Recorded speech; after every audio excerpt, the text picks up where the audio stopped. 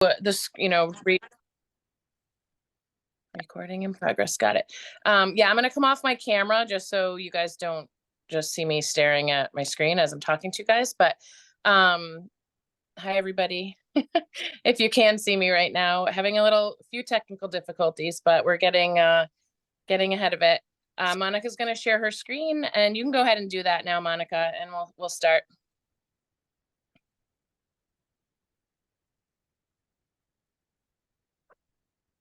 There must be a way for me. Can everybody see that? Oh dear. Now I can't. I can see it. I'll try to move everybody over. There we go. Okay. All right, go for it. Okay. So hi, everybody. Welcome. We're going to do a little presentation. Monica reached out and asked me to just share some of my experiences with working with multiples, most often twins, and I have had a set of triplets as well. I'll tell that story in a little bit, but I just wanted to welcome you guys to the presentation, and thanks for being here. Just want to make sure before I keep talking to airs, can everybody hear me? Good. Awesome. All right, so you can flip to the next slide, Monica.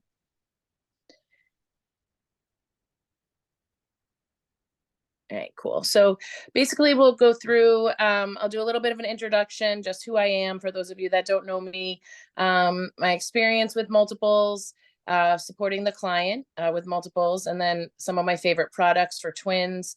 And then, when this is done, Monica, you can share this slide deck with everybody. I did put links, I think, on almost all the products that I'll share, just so they are there as well in the slide deck. And then we can end with any questions that anyone might have. So you can go ahead and flip. Yep. All right. So my name is Nichole Twohill. I think as far as I know some of you, I know some of your faces, some of your names. I think I might follow some of you on Instagram. I'm a little bit of a fangirl with all the doulas on Instagram. And so it's nice to talk to you guys directly. And it'll be a fun journey working with Monica and getting to know you guys a little bit more. I'm a mom. I have 3 daughters who are now pretty grown. My youngest is turning 18 at the end of August and heading off to college. So I'll be an official empty nester, which is exciting. And then I have a 20-year-old and a 24-year-old, all girls. Self-proclaimed baby whisperer since 1986. I went to a Christmas party in my neighborhood, and there was a colicky 1-month-old there that nobody could get to sleep and was very overstimulated. And I ended up holding him in his little Santa suit pajamas and getting him to sleep, and kind of fell in love with the power of being a comforter at that point. And that was kind of all it took to hurl me into the world of baby whispering and all things baby, and now all things mother.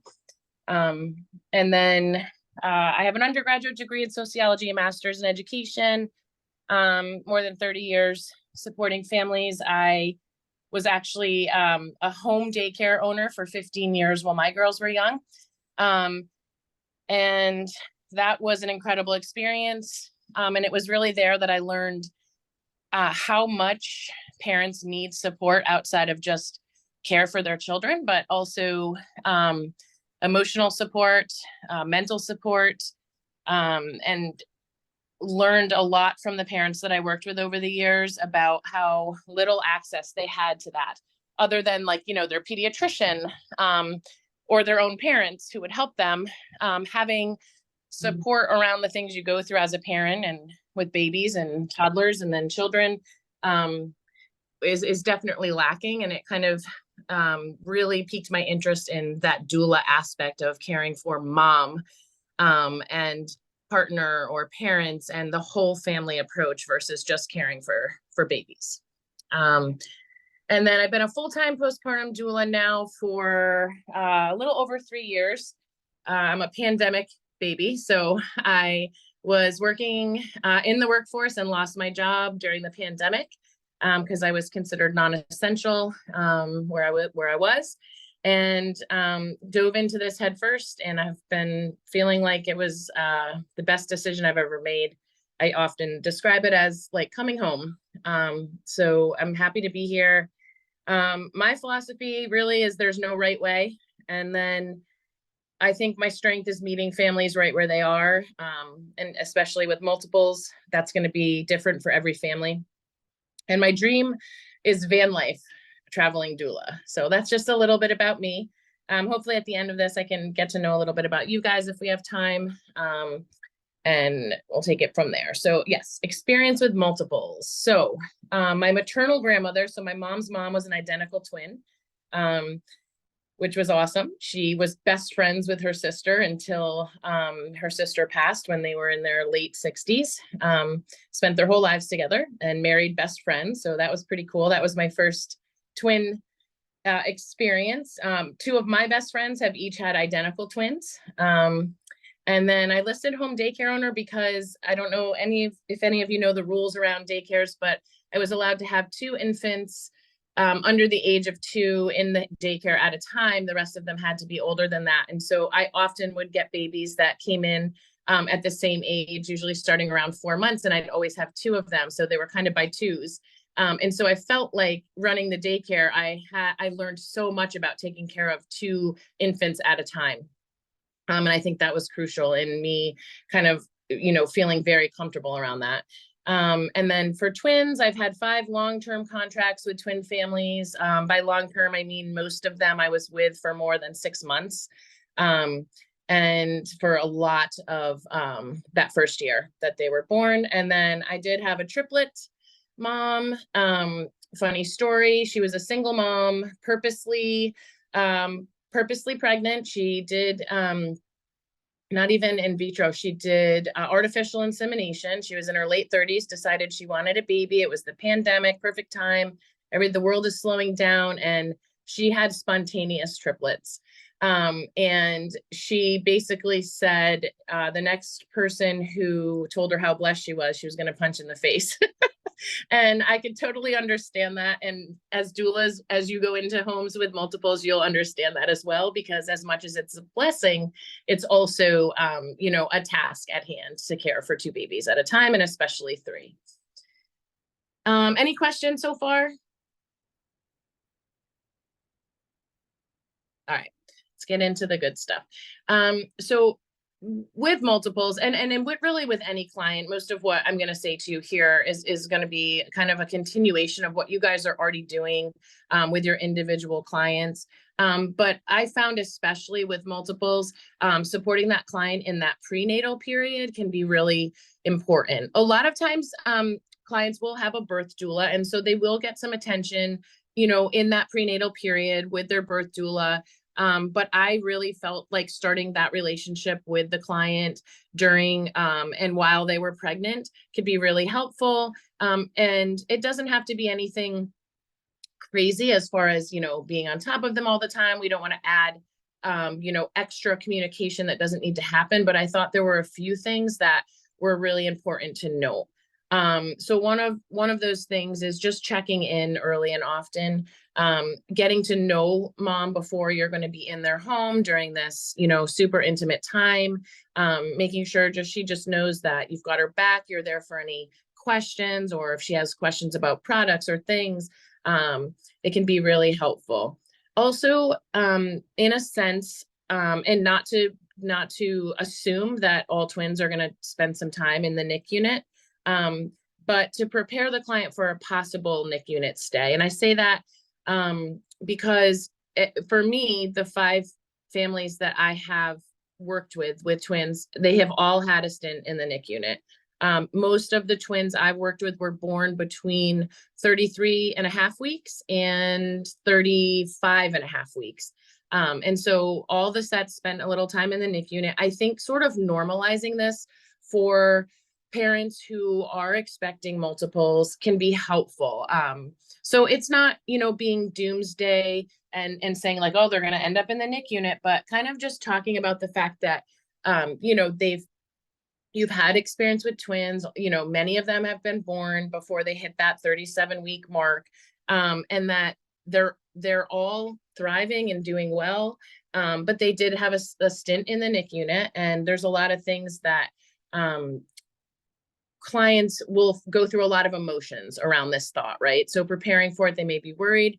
So I try to talk with them a little bit about the pros and cons, right? So obviously the cons of having a NIC unit stay are going to be that they have to stay in the hospital. You don't get to bring them right home.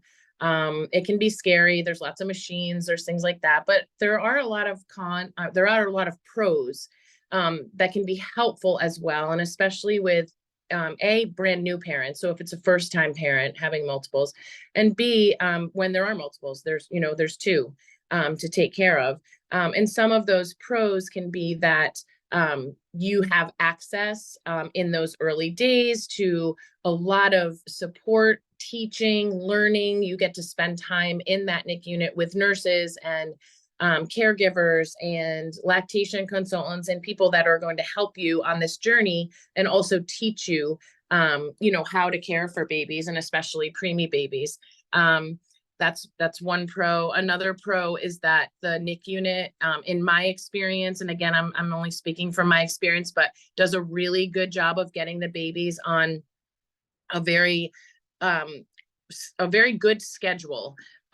Because with preemies, it's really important that they're eating consistently and often. And so the NICU does a really great job of setting up that schedule. And when the multiples come home, most of my clients have kept the schedule from the NIC unit and have had great success with that. And it really lines them up for success at home. They feel a little bit less overwhelmed around trying to figure out what the schedule will be. And they kind of have a little sense of what to expect amidst the chaos of obviously coming home with multiple babies. Also discussing nursery setup, must-have products, helping them to create a local resource and support list. I found it's really essential, especially if parents of multiples, to have and know what support they may have locally, besides the doula, right? So do they have family in town? Do they have friends who've had babies and could be helpful? Do they have neighbors? Are they going to set up some type of meal train and things like that for when, the shit hits the fan and everybody comes home. So I think it can be really helpful to encourage them to do that. Talking about their birth plan. And that's something, again, if they have a birth doula, that they will, talk with that doula to do that. But if they don't, and a lot of my clients haven't, most of my multiples did not have a birth doula, talking with them about what that might look like. My experience and the clients I've had have all ended up with C-sections. I only had one of the multiples, the client with multiples, who did try for a vaginal birth first and ended up with a C-section as well. So again, I have listed here, discuss C-section and recovery, because with multiples, there's a really good chance they're going to end up with a C-section. So talking a little bit about that and helping them to prepare for that as well can be helpful. Listening and validating their fears. A lot of new parents who find out that they're having multiples, aren't happy about it at first. They're terrified. And that's a real thing. So really kind of listening to them and helping them work through that, and trying to help them, kind of come out on the other side of that fear, can be really helpful. Encourage a plan for sibling care if the client does have older children, making sure that they have support in place for that time when things get a little crazy, and encouraging them to have that set up, ahead of time. And then the estimated due date versus delivery date with twins. And I think we were just talking about this before everyone hopped on, but they will have an estimated due date, and, everybody likes to try to make it to about 37 weeks. But often that delivery date will be quite different, and it will be earlier. Just talking with them about that. Any questions? I know I'm talking a mile a minute. Okay, great. All right, so supporting the client. This is during the NICU stay. So again, like I said, I'm just trying to be realistic here. There's a good chance these babies are going to be in the NIC unit. And so there's a lot of ways you can support the client once the babies come and the babies are still in the NIC unit. I've seen, through a lot of the Facebook groups and the doula groups, doulas will say, well, I don't know how to support mom. The babies are in the hospital. There's so many ways that you can still connect with your client and support them. And I just listed a few here that I try to take to heart and make sure that I do. So checking in with the client daily once the babies come. And I'm going through this right now. I'm with a twin family right now, and one twin is still in the hospital and the other is not. And so I text mom and I say to her, I'm going to check in with you every day. But you don't have to answer me. It's not a responsibility I'm trying to put on you, but I just want you to know I'm thinking of you. And then if anything comes up, you can certainly reach out. So it just takes a little pressure off of them. You can offer a hospital or a visit and a shift at the hospital, right? So a lot of times these new parents are exhausted. And you think it might be easier because, oh, babies are at the hospital and they're getting taken care of, and they're, all the logistics are being done by the nurses and the care staff. But mom has just gone through a traumatic experience with her body, giving birth, most likely ending in a C-section most times. And she's exhausted going back and forth to the hospital, and not being able to just be in your own home with your baby is both mentally draining and emotionally draining. So sometimes saying, hey, if you wanted to take a day off, or if you wanted to take a shift off, I'm happy to go to the hospital and sit with the baby and hold baby, or do a feeding with the baby during his feed. I have had clients take me up on that, and especially clients who have siblings at home. And then also help with siblings. If there is an interest at all on your part. I know for me, obviously with my resume, I go across the board with babies from the time they're born until they grow up. And so I love babies, I love children, and I think it's one of the ways I felt really connected to Monica was watching her with her families. I do offer that sibling care or help with that. And not everybody likes to, and not everybody does, and that's okay. That's just an option on here that could be helpful while the babies are in the NIC unit. You can offer meal prep. There's been times I've said, hey, I could just drop something off, or, bring you lunch at the hospital, or things like that. Also talking with them about their heavy emotions. It's really draining and really hard to be in a hospital setting in that sterile NICU with your babies. And that's a lot to carry for clients. So you're going to find as you go that, just like with your singleton babies and clients, some of your clients are more forthcoming and open with you about that and their feelings, and others are more closed and just want that physical support. And that's okay. But I think if you feel them out, you're going to find that a lot of your clients really do appreciate having that extra emotional support, and somebody who, maybe isn't their partner, isn't their spouse, isn't their parent, who they can talk to about some of the heavy feelings they're having around, the situation that they're in. And then also discussing discharge possibilities with them. I had a couple clients who had no idea that they could possibly be sent home with just one of the babies, and the other baby would still be in the hospital. And so, talking about those situations and how you can help if that does occur.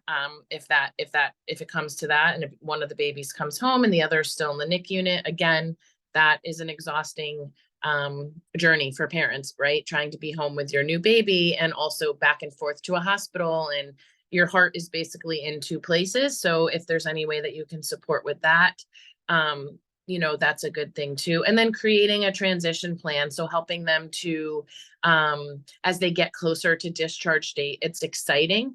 And it's a super, emotionally, just a glorious time, right? These babies are about to come home, but it's also what I find often, it's also terrifying to the parents, right? So they've gotten into this little bit of a groove, and they've gotten comfortable now with the NIC unit. And they're also, bringing home babies who are tiny, and newborns are tiny as it is, but never mind preemies, who may have, feeding issues or reflux or things like that, can coincide with, being born prematurely. And so that's also, can be really scary for new parents. So really talking with them about, hey, what's this going to look like when babies come home? How can I support that? What's the best schedule we can come up with? As far as that, what that support looks like, and things like that. Any questions on that? I have a question. Yeah. Have you gone into the NICU before to do a shift? What'd you say? Have you gone into the NICU before to do a shift? Has anyone had you do that? Yes. Yep. Yeah. Yep. I was able to do it at Yale. Okay. I had a client who had a two and a half year old at home, and then had twins. And baby boy was in and out of the hospital a couple times with just some really just some growing pains. He ended up having pretty terrible reflux, but he was having some D-stats and things like that. So he had come home and was going back. And that was utterly exhausting for the parents. And so there was twice where I went and did a shift with him, and was able to just hold him and do his feed, talk with the nurses, and do that so that mom and dad could stay home with, toddler and the other baby, and to know that somebody was there, holding him and loving him and hugging him, and caring for him, while they could rest a little bit. Also at that time, they had gotten a cold, right, mom and dad. So they were really trying as little as possible to spread this. And so it just gave them an extra day or two of rest. But with that kind of comfort of knowing that, that somebody is there and checking in on them. Makes sense. I think Wendy unmuted. Do you have? It was essentially the same question and it was answered for me. Oh, okay. I Good. kind of have a side question. Yep. That's related to the NICU. I have been trying to get into the NICU for years now. I am a newborn care specialist, certified professional nanny. And I used to work in Massachusetts for a very long time.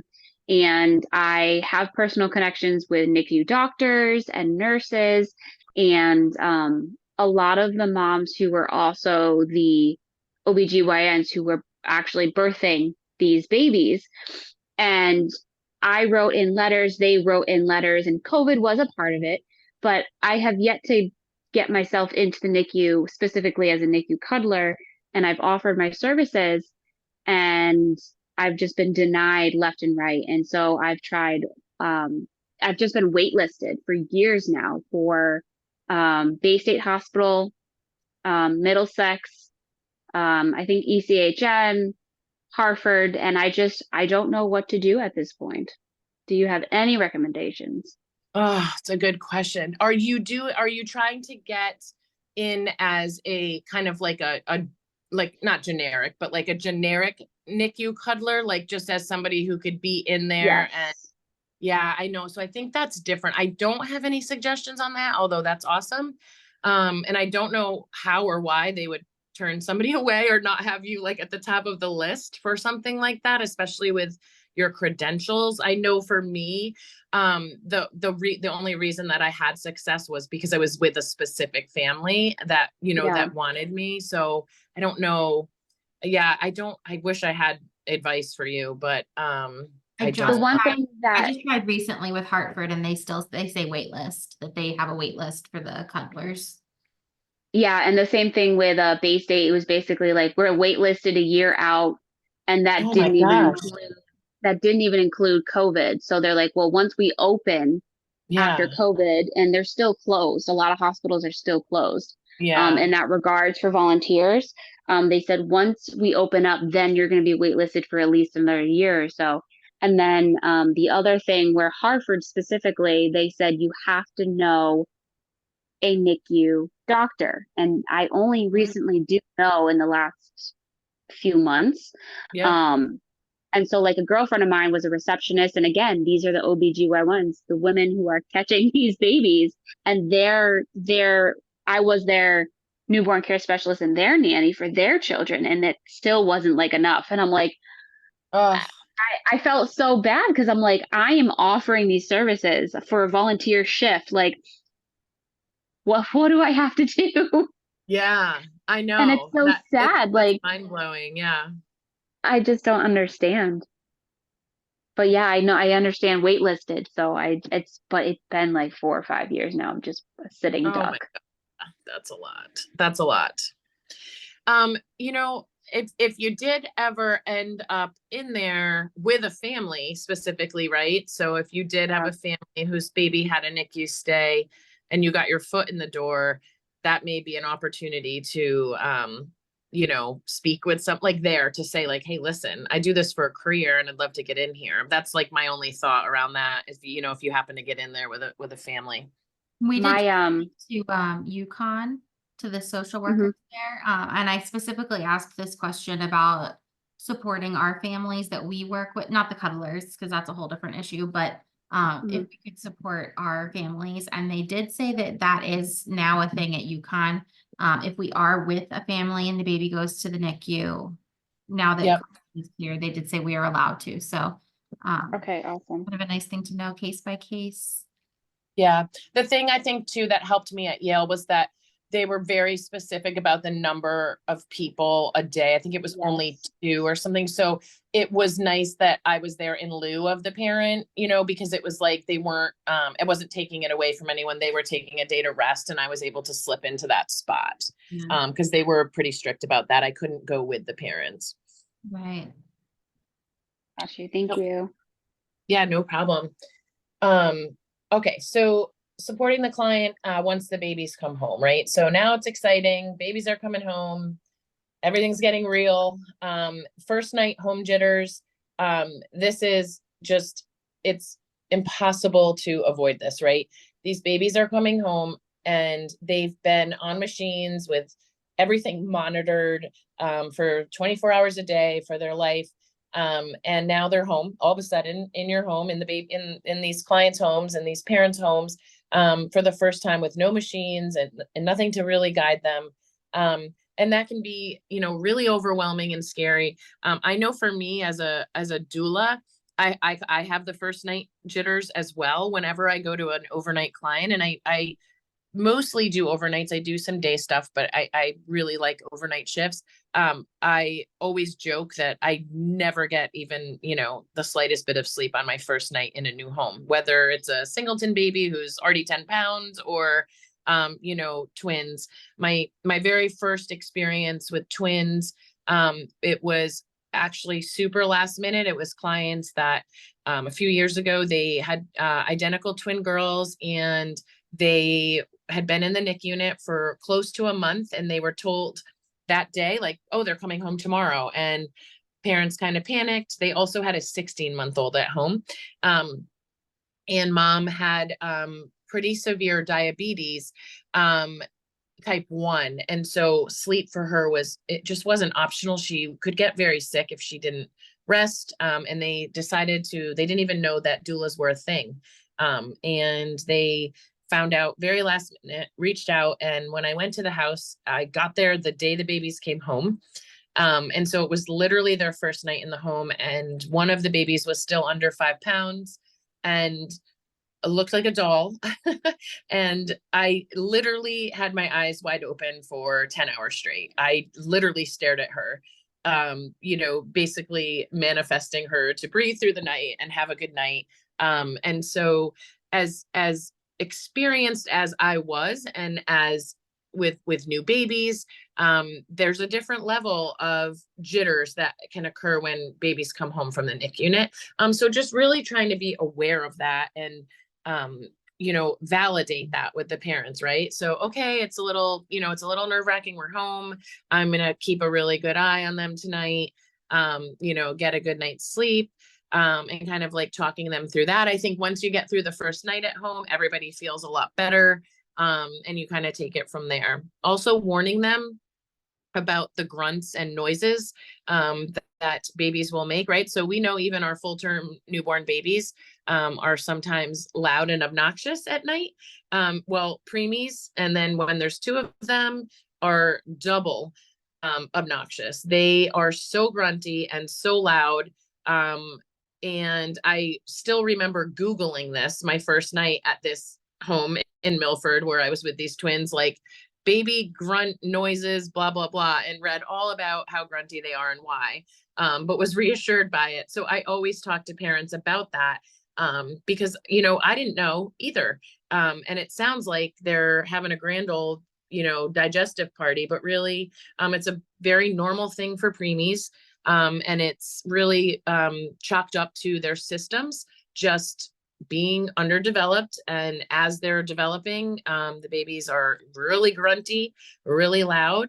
It doesn't mean anything's wrong. They're most of the time not even uncomfortable at all, but it's really noisy. So talk to parents about that because you know, a lot of my clients, I was there anywhere from 5 to 6 nights a week, some a little less, but there are nights, obviously, when they're there alone with their babies. And it's just good for them to know that these things are normal, and to expect it. It doesn't mean they're going to sleep through it, but at least they're not jumping out of bed at every noise and staring at them as they're grunting and super noisy. I like to call it a chorus. It's basically just like a boom, boom, boom. It's like the drums. And once they get going, it can be really loud. I've only had one set of multiples that I call them the silent sleepers. They were amazing. They never grunted a day in their life. I don't know why, how, what, or what made us so lucky, but they were my silent sleepers, and they stayed that way. It never changed.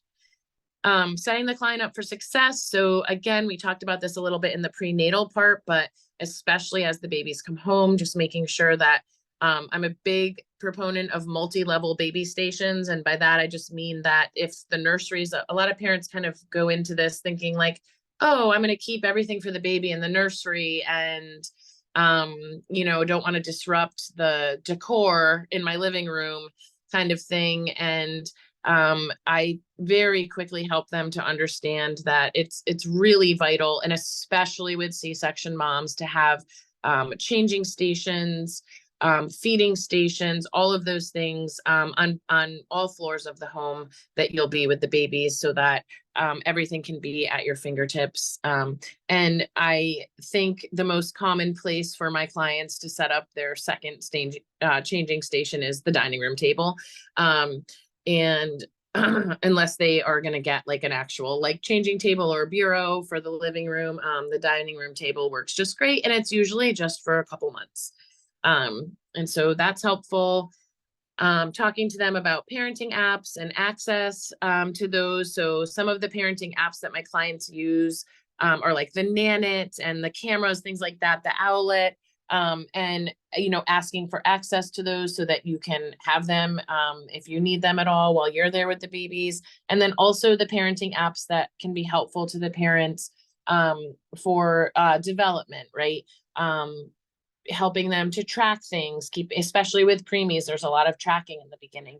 And so kind of introducing them to those that you guys can kind of use across the board as a landing station where, you know, where all information can be kept. And so you guys are all like kept in the loop of what's going on. Sticking with the NICU schedule, that is, you know, I think very helpful. So I will say here that of my multiples, I have not had any exclusively breastfeeding moms with multiples. Most of my clients with multiples, 2 of the 5 of twins were just formula fed. The other 3 were a mixture, right? So mom was pumping, mom was doing a little bit of breastfeeding, and mom was also supplementing with formula.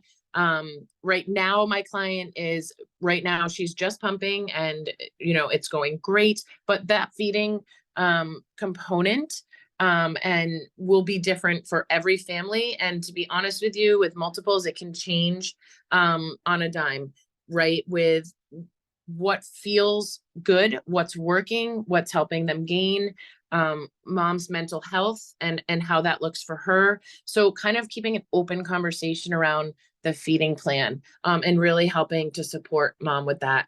One of my twin moms, and I just thought this was so beautiful. She was struggling with her milk supply. She had met with a lactation consultant in the hospital. She met with one at the pediatrician's office. She had an IBCLC come to the home. And it was very slow going. And what she ended up doing was feeding the babies formula and then nursing them each once a day. And she kept that up for quite a while. And she said, I'm happy with it because I'm still just getting that bonding time with each of them, even if it's once a day, and getting that experience that I really wanted of nursing them. And I thought this is such a beautiful situation because it's hard. It's, breastfeeding and nursing multiples is a whole different ballgame. And I love when I see clients find ways to be creative with it, and to be able to continue to enjoy it, but not have it feel like something that feels like something that's a stressor to them. She was feeling very stressed when she was trying to just breastfeed. And when she, relieved herself of that tremendous pressure and found ways to continue to do it, it was really, really beautiful, I thought. And so kind of talking with mom about that and those options and things like that, and also just making sure she has the correct resources in place, and people that you can pull into the situation to help with that.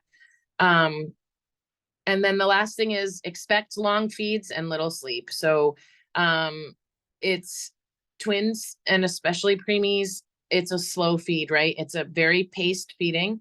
And then on top of it being a paced feed, they're slow to begin with. In general, a lot of times with their sucking mechanism, their latching, and it's just time consuming. And so I think going into it with that knowledge around the fact that, it's going to be a long process, and there's going to be very little sleep around it in the very beginning, will set you up as the doula and the support person, to be kind of expecting that and ready for it. And know that it will, and it does get better, fairly quickly. Okay.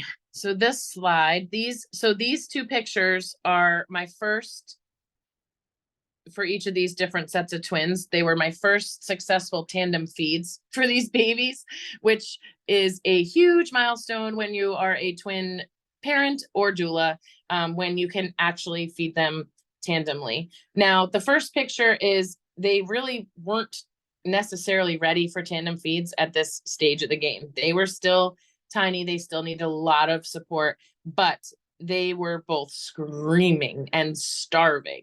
And so I managed to do it for that feed, and it was a success. The lower picture there, they were much more ready for it. They were a little bustier, a little bigger, and they were starting to be ready for tandem feeds. And that was the first one I did with them. And they were both on the same pillow. When I do tandem feeds, I'll show you when we get to products. I don't typically do it like that on those pillows, but those were just evidences of my successful twin tandem feeds in moments of chaos. So supporting the client around feeding, right? So consistent and often is key. Again, especially with multiples and with preemies. There's a little bit of a different emphasis put on that schedule of making sure that baby is gaining and growing and getting the nutrients that they need. And I think there's just a little bit less leg room for just kind of going off, baby's cues and not ever looking at the clock and just, only feeding on demand, right? So if you only fed a preemie who's just come home from the hospital on demand, you would mistakenly sometimes let them sleep for 5 hours because they don't often have the innate cues to tell them that they're hungry, right? So they need to be woken, they need to be, prepped, and they need to be basically like attended to so that they are getting those nutrients, if that makes sense. And part of that is, especially for me, I find going in and setting an alarm on my phone for the every 3 hours to make sure that even if they're sleeping through it, I am not, getting up, making sure everything's ready and kind of keeping them on that important schedule as they grow. And just like every other baby, you know, they're going to get a green light at some point to not be held to such a high standard of feeds every so often. It's just going to take a little bit longer than, you know, a full-term baby. So it's not going to be at the 2-week mark when they hit their birth weight. It's going to be a little bit later than that. So breastfeeding clients. So like I said, I've had multiple who did do tandem feeding. Most of the time when I was there, because I was there mostly for overnight, I wasn't really bringing baby to mom to breastfeed. My clients who fed or combo fed were mostly utilizing the nights to do the formula, and then they would nurse more during the day because that was how they got their sleep, stayed sane, kept their mental health in place. And so I don't have a lot of experience with multiples who are consistently breastfeeding through the night. So I really can't speak to that. But my guess and what I would assume is it's very similar to a singleton baby. So you'd be waking, bringing baby to mom to feed, and doing the rest of the fun stuff, changing, swaddling, getting back to sleep kind of thing, as mom finishes. And then bottle feeding clients, I find that I will do the feeds throughout the night. I'm usually in a separate area of the house so that mom and dad can sleep, and I am utilizing whatever protocol they're using during the day for feeding. So whatever bottles they're using, however they warm it, however they do whatever process they have, I keep that consistent at night for them, and I'm able to get them through the night without having to wake, you know, mom and dad. And then we also have combination feeding clients. So again, that's going to be a conversation with your client on how they want to work that. So the first few weeks of being a twin doula is going to be piggyback feeding, most likely, right? So piggyback feeding is when you have the two babies and they're going to eat one right after the other. In the beginning, you know, with a preemie, there needs to be a lot of support for feeding around their neck, their head, their body, the angle of the bottle. It's just a very intricate process. And so it's really almost impossible to tandem feed them in the beginning if it's just one of you, right? So I tell my clients, if it's a lot of clients recently where their partner or their, you know, spouse is able to have great leave as well, and they're maybe both home for a month. I mean, that's wonderful. And they can tandem feed them during the day, right? But at night, overnight, I'm not gonna be able to tandem feed them myself in that first few weeks, especially as they gain strength in their neck and their body. And then as they gain strength, I jump right to tandem feeding them. This is something that I look forward to on my overnights because it cuts the feeding time in half. And I can get back to, you know, resting and get babies back to resting much more quickly. And tandem feeding is just what it sounds like. It's basically getting both babies up, their diaper changed and ready to feed, prepping the bottles, and then feeding them both at the same time. So piggyback tips and tricks.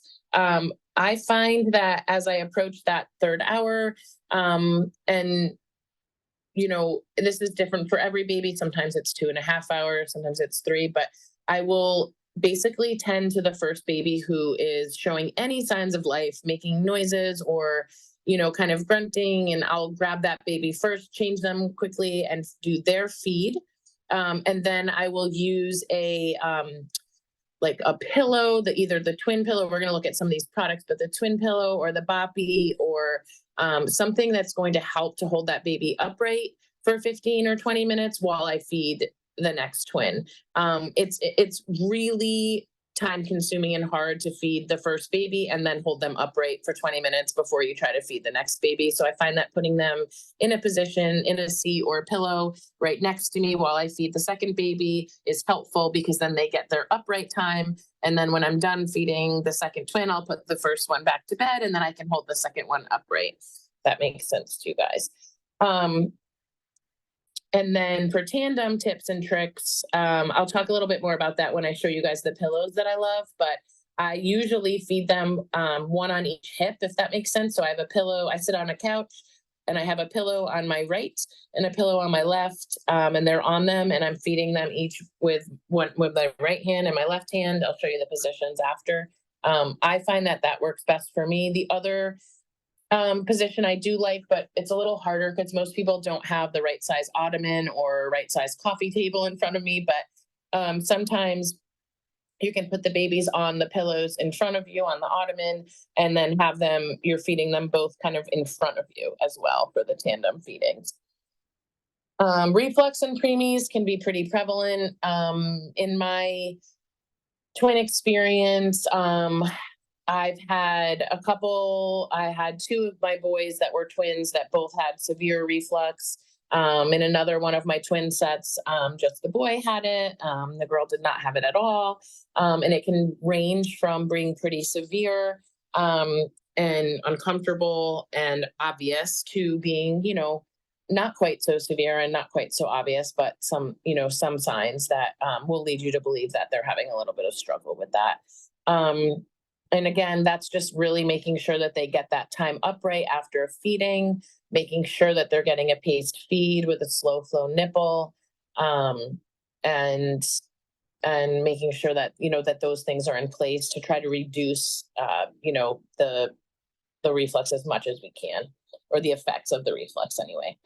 And then survival mode, that's what these pictures are basically, which is just when you go into survival mode, you're going to do whatever you have to do to get those babies fed and feeling better when they're hungry. And sometimes it looks a lot like what those pictures looks like, which is basically giving them each a bottle with one hand.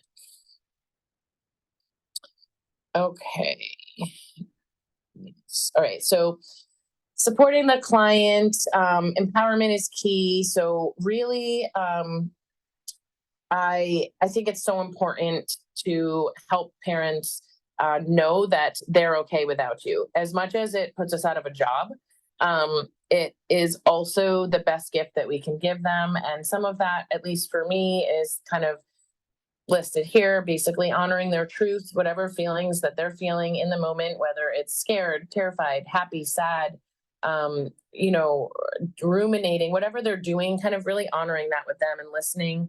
Gentle reminders. So, I often will speak to them, like if I'm changing a diaper or talking to them, and they'll say, "Oh, you did that so fast." Or I remind them, I say, "I've been doing this for 30 years.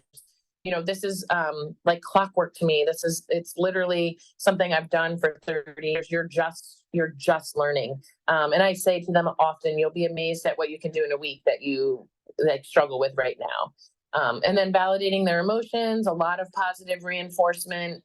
And I think that goes for both your client and client's partner or spouse. It's really important for them to know and to feel that they are doing good and doing a good job. Creating a calm environment. So a lot of times when I go into a home, I try to come in with sort of, especially for overnights, a very calm energy. And kind of reading the room and reading my audience. If I feel like they want to talk and chat, I'm always open to that. If I feel like they are just dying to get into bed, then I'm open to that as well. And I'll just shoo them out of the room and say, get some rest. Open conversation, support groups and resources, empower versus enable, right? So we want these parents to know that they are blessed to have you. And very lucky to have the support, but also that they are very, very capable as parents of taking care of their children and doing a really good job of it, like with or without us, right? So, and then encouraging that partner communication between them and ongoing contact with the client. Once you end a contract, at least for me, I keep in touch with my clients for an unlimited amount of time, and they also have unlimited access to me for questions or things like that as we go forward. That's just personal, but I think it goes a long way. And I know, are you trying to get everyone off of here, Monica, for 8:30? Only anybody who has to work. Probably by 9 at the latest, I would think, because some people are going to work. Okay, yeah. We can just pop right through this super quick. You can go to products. So these are my favorite products as far as pillows go. There's the Twin Go Nurse and Lounge pillow.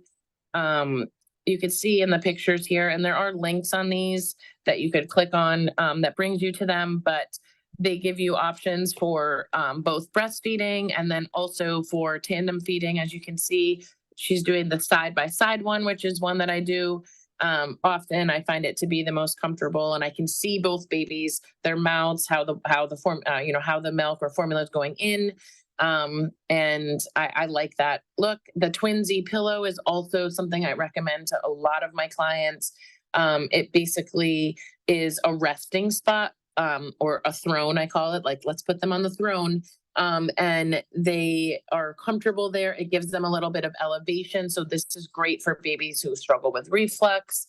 And then this Nichole Cuddle You nursing pillow. I don't have a lot of experience with this one, but when I was looking through the products, it kind of jumped out at me as a good option for when you have to rest the Twin A who's just eaten and you want them to be upright for a little bit. It's a great spot to be able to put them for that. Monica, you can go to the next one. Okay, so these are the sleeping arrangements that I have loved. So the one on the top left, that Simmons Kid Bassinet, is very similar to the Harpa Bassinet on the bottom. They basically are separated by a divider, but they're able to be next to each other and safe sleeping. I found that these were super convenient. Truly, I think it's the best of both worlds because they get to smell each other, be with each other, be really near each other. I've even had them puke on each other right through the sheer divider, which is always fun. But I really love those products. The Baby Trend Retreat, people have had used as well. Again, it's just another option, another spot in the house where both babies can go. You can see that there's divided bassinets. So again, it allows for that safe sleep space. And again, that one looks like it's probably really good for travel and things like that. You can go to the next page. This one is for around feeding. So if clients are formula feeding, pretty much exclusively, I always recommend the Baby Brezza for multiples. It can be very helpful in those chaotic moments where everybody's hungry all at once. Also, the Dr. Brown's Natural Flow are my all-time favorite bottles. For every client, I recommend them, not just my preemies, but they do have the Dr. Brown's Natural Flow preemie nipple, which is really helpful. Easy latch for babies and a nice slow flow. And then the Table for Two twin feeding system, as you can see, my little twinnies there, they're still in it at 10 months old at that time, having their bottles in that. And I love it. It's not good for newborns. The angle of it is too abrupt. I found it wasn't something I could put them in to give them their bottles when they were, weeks old and months old. But as they get bigger, I found it to be a great asset for families.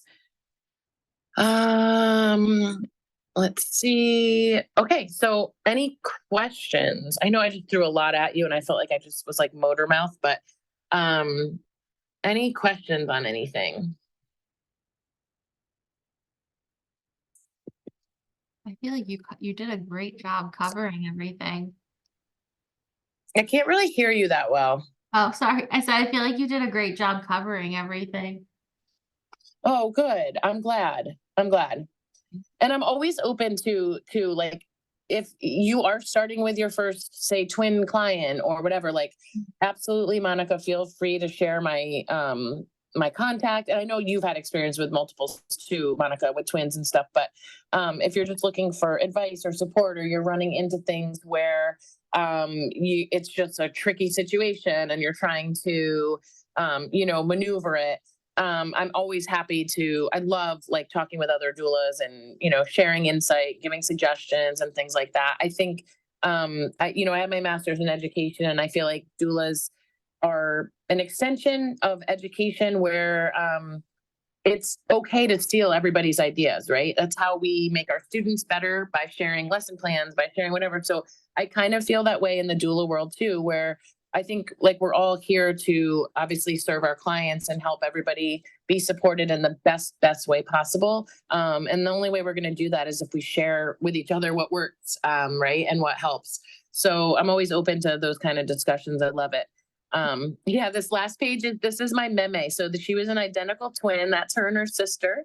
And they were best friends their whole lives. So I just threw that in at the end for a little, pizzazz, as we're all probably half asleep right now. No, we're good. Thank you so much. I really appreciate it. Yeah, no problem. Thanks, guys. Nicole, that was great. Stop. Thank you very much. That was very, very